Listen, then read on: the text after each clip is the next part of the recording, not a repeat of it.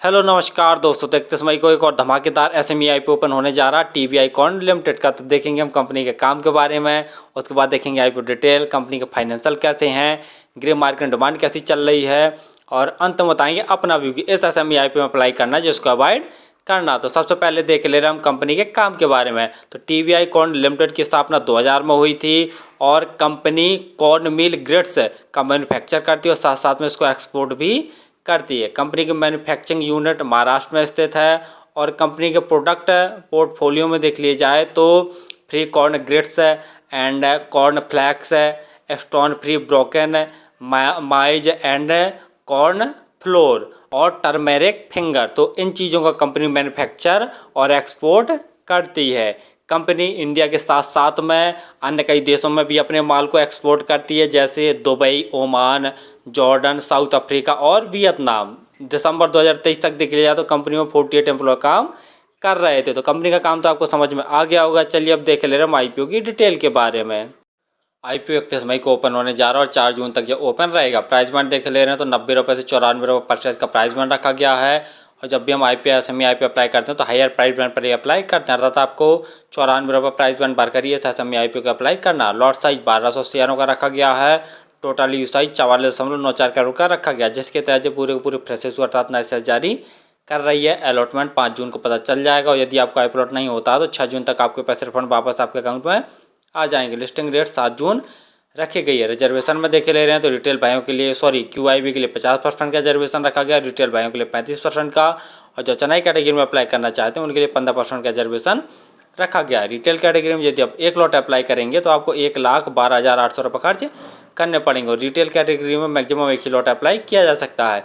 यदि HNI category में apply करना चाहते हैं तो कम से कम 2 लॉट अप्लाई करने पड़ेंगे, जिसके लिए आपको 2,25,600 रुपये खर्च करने पड़ेंगे।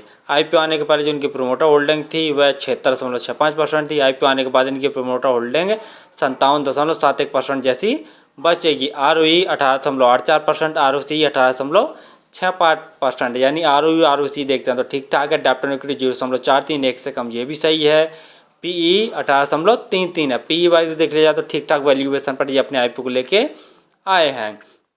फाइनेंशियल देखे रहे, लेकिन फाइनेंशियल देखने से पहले आप हमारे चैनल को सब्सक्राइब कर लें ताकि आपको समय समय पर शेयर मार्केट संबंधी जानकारी, आईपीओ संबंधी जानकारी और एसएमई आईपीओ संबंधी जानकारी मिलती रहे। तो जैसा देख रहे हैं कंपनी के एसेट्स साल दर साल बढ़ रहे हैं। रेवेन्यू मार्च 2021 में और जो अमाउंट दिए हुए हैं सभी के सभी लाख में दिए हुए हैं। 2021 में कंपनी का रेवेन्यू 6,776 लाख का था, जो कि बढ़कर मार्च 2022 में 10,097 लाख का हो गया है। वहीं मार्च 2023 में 14,042 लाख का टोटल रेवेन्यू और दिसंबर 2023 9 महीने के अंदर ही कंपनी ने 10,196 लाख का टोटल रेवेन्यू जनरेट कर लिया। रेवेन्यू में देखते हैं तो साल दर साल काफ़ी अच्छी ग्रोथ देखने को मिल रही है। प्रॉफिट आफ्टर टैक्स मार्च 2021 में कंपनी ने 23 लाख का नेट प्रॉफिट जनरेट किया था। मार्च 2022 में बढ़कर का प्रॉफिट 45 लाख का और मार्च 2023 में जब देख रहे हैं तो ज़बरदस्त नेट प्रॉफिट जनरेट किया कंपनी ने। 686 लाख का प्रॉफिट आफ्टर टैक्स जनरेट किया। दिसंबर 2023 9 महीने के अंदर ही कंपनी ने 766 लाख का नेट प्रॉफिट जनरेट किया है। यानी देख रहे हैं तो मार्च 2023 और दिसंबर 2023 में ज़बरदस्त कंपनी ने नेट प्रॉफिट जनरेट किया हुआ। नेटवर्थ भी बढ़ रही है। रिजर्व कंपनी का दिसंबर 2023 में देख ले रहे हैं तो 2,729 लाख का। बोरिंग कंपनी की मार्च 2021 में 2,300 लाख की थी, जो कि बढ़कर दिसंबर 2023 में 5,137 लाख की हो गई है। यानी ये रिजर्व से भी अगर अपनी टोटल बोरिंग को चुकाना चाहेंगे तब भी कंपनी के ऊपर काफ़ी ज़्यादा बोरिंग बच जाएगी। जीएमपी ग्रे मार्केट प्रीमियम देखे ले रहे हैं तो 80 रुपये पर शेयर की ग्रे मार्केट में डिमांड निकल के आ रही है और 1200 शेयरों का एक लॉट है। तो 80 गुणा 1200 करके देखते हैं तो लगभग 96,000 जैसा प्रॉफिट एक लॉट में निकल कर आ रहा है। परसेंटेज वाइज देख लिया जाए तो लगभग 85% जैसा प्रॉफिट निकल कर आ रहा है।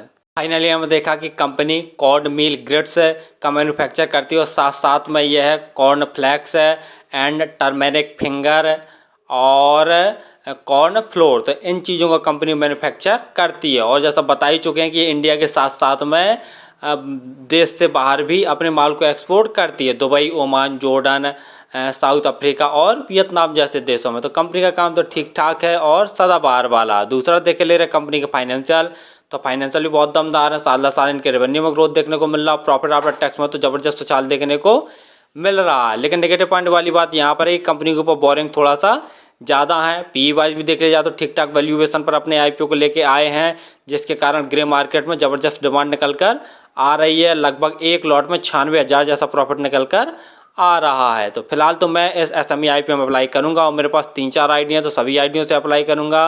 और आप किसी भी IPO या SME IPO में अप्लाई करें तो स्वयं का एनालिसिस करके और स्वयं के रिस्क पर ही किया करें। धन्यवाद।